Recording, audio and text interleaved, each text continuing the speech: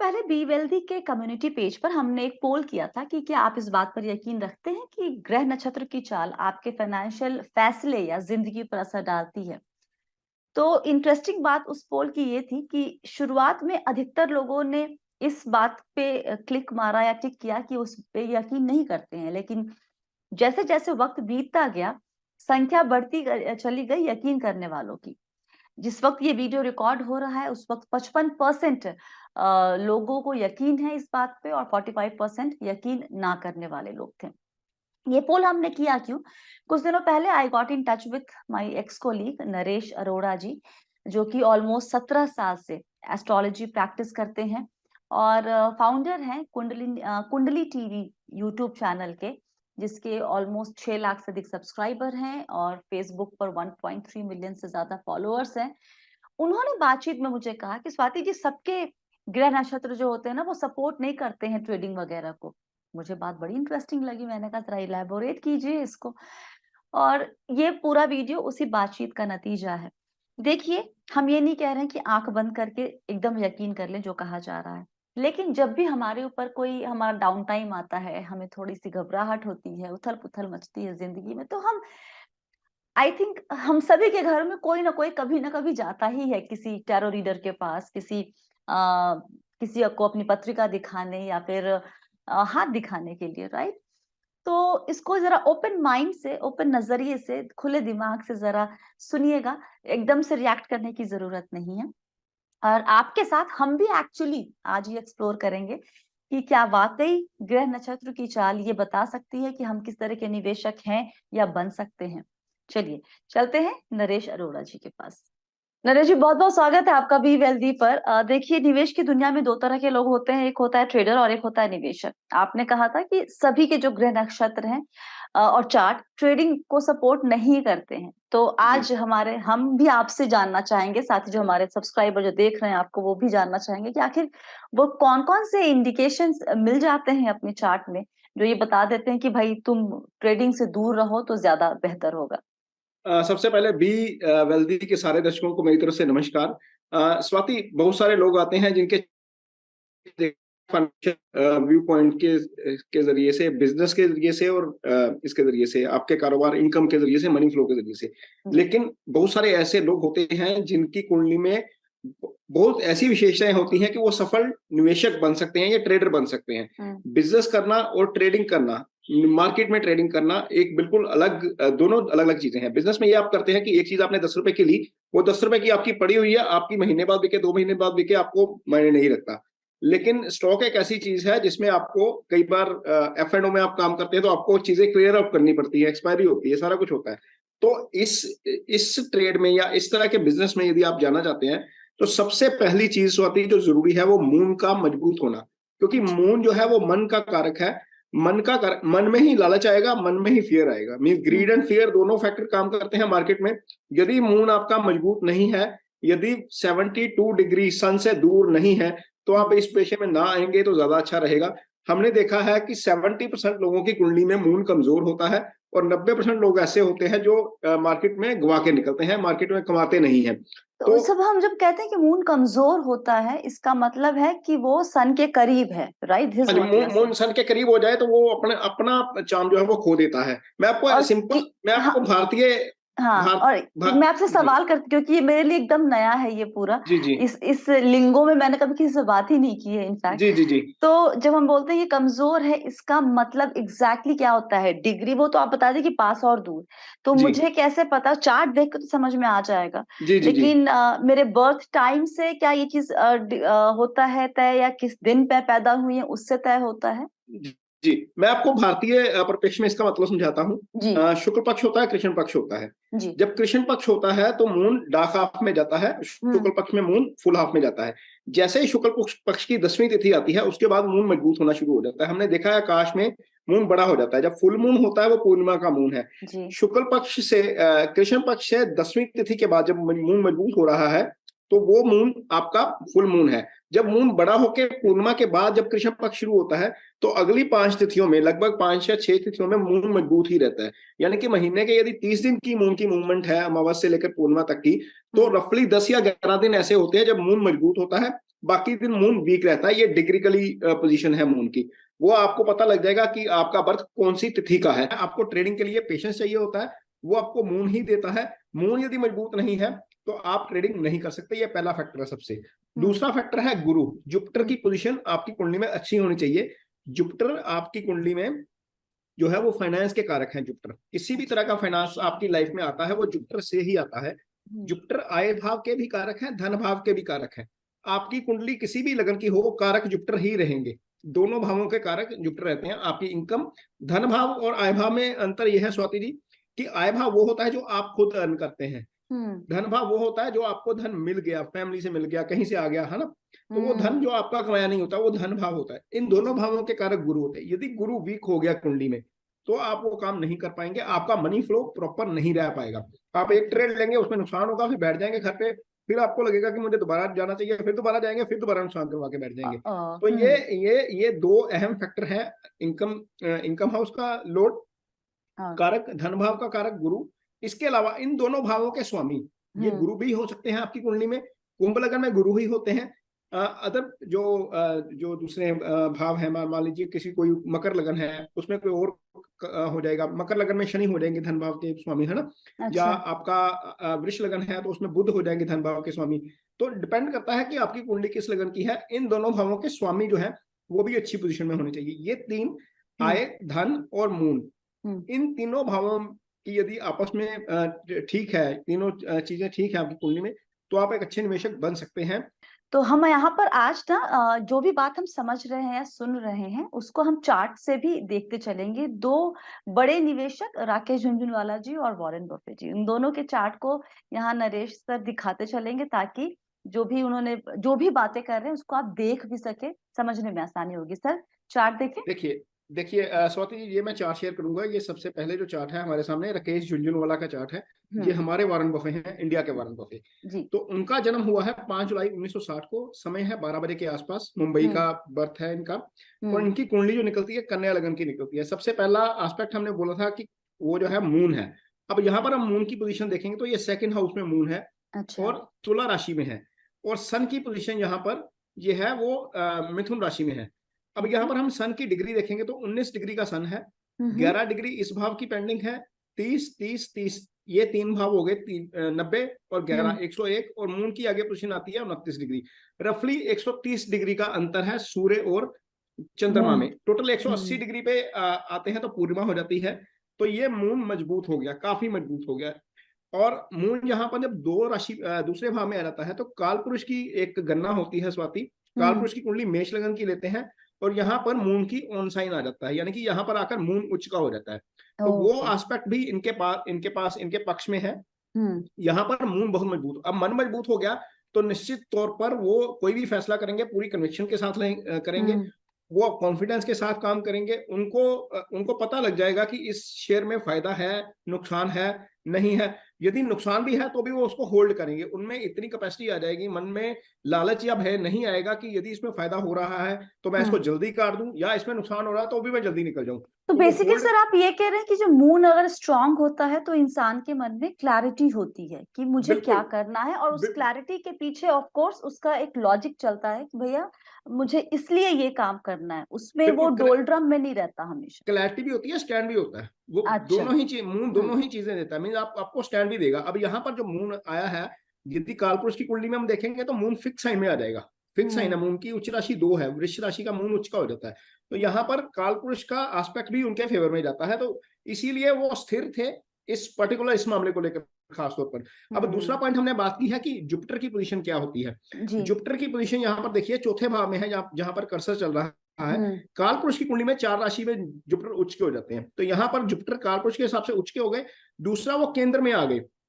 आय स्थान का स्वामी केंद्र में आ गया। और आय स्थान का कारक और धन स्थान का कारक जो है वो केंद्र में आ गया और बहुत अच्छी पोजीशन में आ गया। और जो आय स्थान के स्वामी मून बनते हैं, इनकी कुंडली में मून भी आय स्थान के स्वामी बनते हैं, वो धन भाव में चले गए। ये धन योग की फॉर्मेशन होती है। तो यदि हम जुपिटर, मून, जुपिटर और इसकी आय स्थान के स्वामी की बात करें और धन स्थान का स्वामी जो है वो शुक्र बनता है, यहाँ पर वो जुपिटर के प्रभाव में आ गया। तो यानी ओके। कि दोनों चीजें ऐसी हो गई कि आय स्थान और धन स्थान दोनों का स्वामी किसी ना किसी तरीके से गुरु के प्रभाव में है। दोनों एक दूसरे के साथ मिलकर धन योग बना रहे हैं। दोनों की पोजीशन ऐसी है कि इस व्यक्ति के पास चाहे ये ट्रेड ना भी करते तो भी ये जो है विपुल धन योग वाली कुंडली है। विपुल एक होता है धन, योग। हाँ, एक होता है धन योग, वो किसी की भी कुंडली में हो सकता है, बहुत सारे लोगों की कुंडली में होता है। आजकल हम इंडिया में बात करें तो मर्सिडीज इतनी बढ़ रही है, कारें इतनी बढ़ रही हैं, मिलेनियर इतने बढ़ रहे हैं, लेकिन विपुल धन योग जैसे अंबानी जी के पास है या राकेश झुनझुनवाला जी के पास है, हम बड़े लोगों की बात करें तो उनमें विपुल धन योग होता है। ये विपुल धन योग वाली कुंडली है। इनके अलावा और क्या फैक्टर्स हैं? इनके अलावा देखिए, आय भाव हमने देख लिया, धन भाव हमने देख लिया, मून देख लिया, लगन का स्वामी बहुत जरूरी है। क्योंकि ये जो हम हैं, हम लगन ही हैं, मींस तन को लगन बोला जाता है, लगन भाव को तन भाव कहते हैं। तो तन भाव यदि लगन पीड़ित हो गया या लग्नेश पीड़ित हो गया तो निश्चित तौर पर उस स्थिति में भी नुकसान हो जाता है। क्योंकि फायदा या नुकसान दोनों ही आपको होना है, आपके मन या सोल को नहीं होना। मून जो है वो मन है आपका, और सूर्य जो है वो आपका सोल है।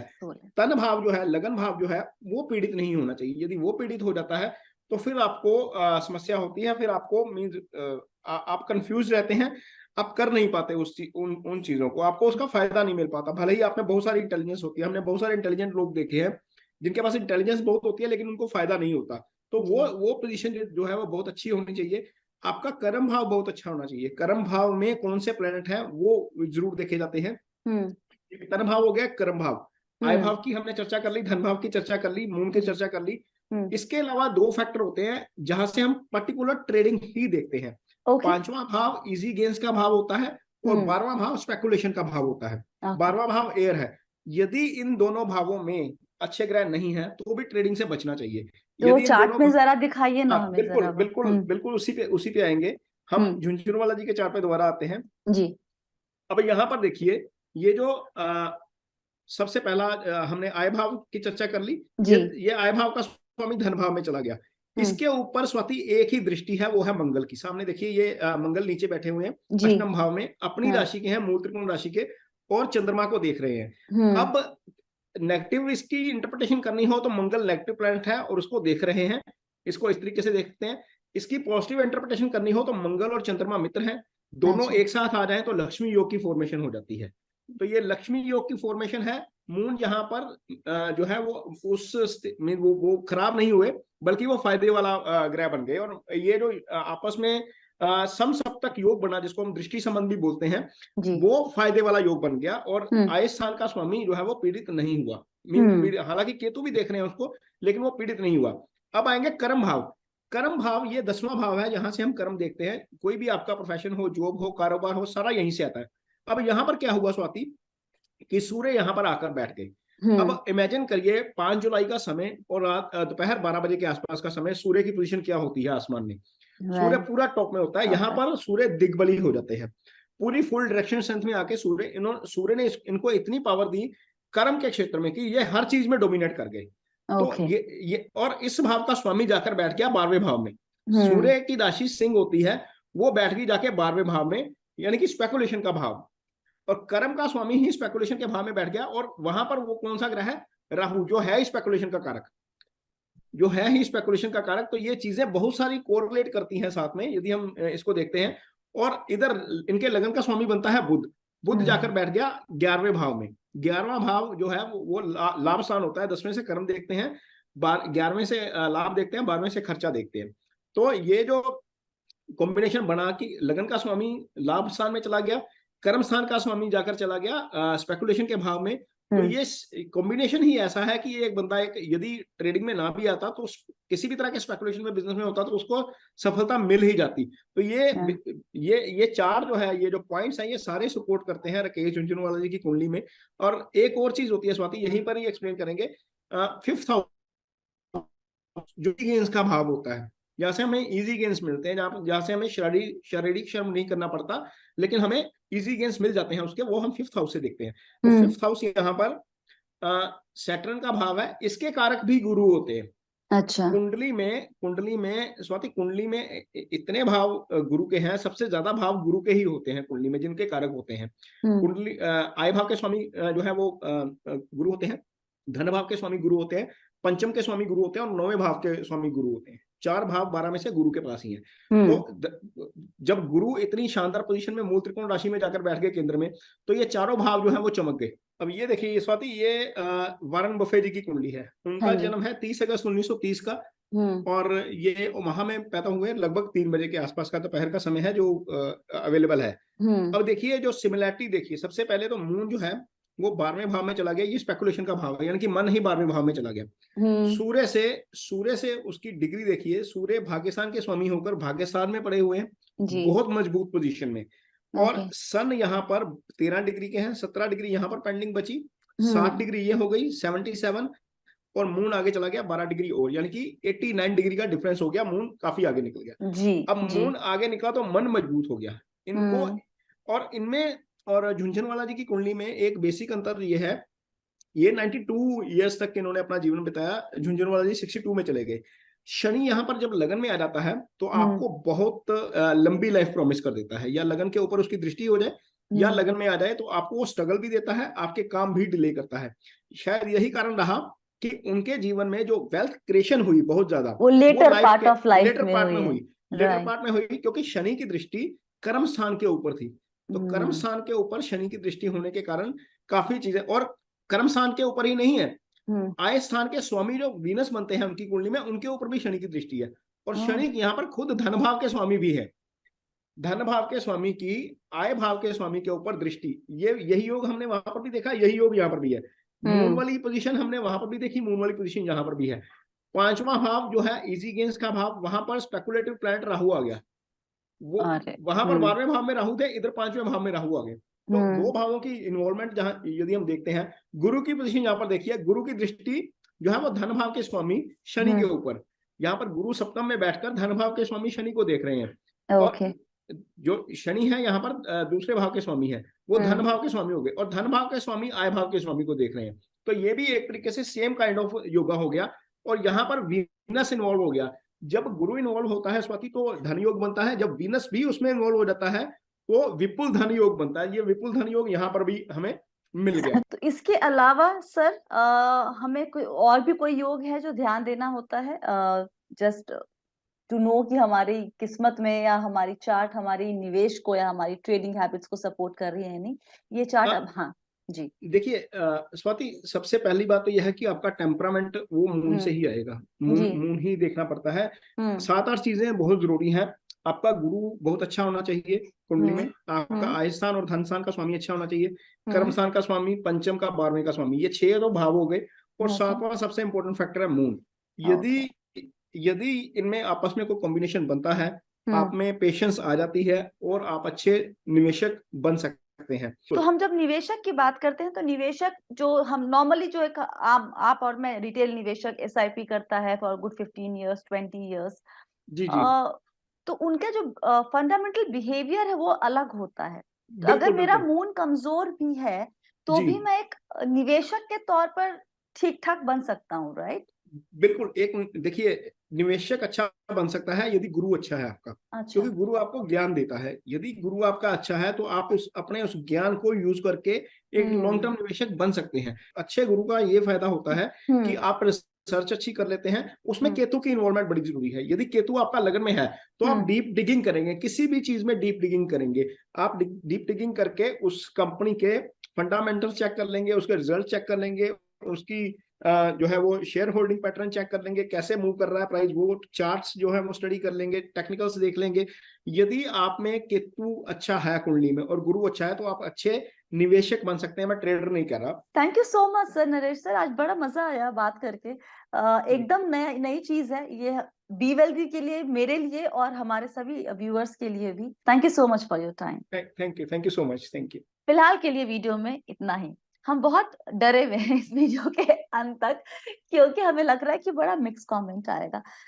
देखिए, अगर आपको ये वीडियो एकदम पसंद नहीं भी आया हो ना, तो भी सिविल कमेंट करेंगे तो ज्यादा बेहतर होगा। ठीक है, इतनी रिक्वेस्ट है, दरख्वास्त है, गलत शब्दों का प्रयोग ना करें कमेंट। और जिनको अच्छा लगा है वो लाइक कीजिए, शेयर कीजिए और मुझे बताइए कि क्या अच्छा लगा और क्या आप इस तरह के और वीडियोस चाहते हैं या फिर नहीं। बी वेल्दी अगर सब्सक्राइब नहीं किया है तो ये सही वक्त है, और ये यकीन दिलाते हैं कि हम, ये वन ऑफ द वीडियोस था एक्सपेरिमेंटल बेसिस पे जो हमारा कोर है, अलग-अलग फाइनेंशियल एसेट क्लास के बारे में आपको जानकारी देना, वो चलता रहेगा। हम सिर्फ दायरा थोड़ा बढ़ा रहे हैं अपने बी वेल्दी नाम को ख्याल में रखते हुए। चलिए, वक़्त देने के लिए बहुत-बहुत शुक्रिया। याद रखिए आप हैं मेरे यानी स्वाति के साथ और हम सब हैं बहुत ही सावधानी और समझदारी के साथ अमीर बनने के सफ़र पर। आप सभी को बहुत सारा प्यार और दुलार। Stay blessed, healthy and be well.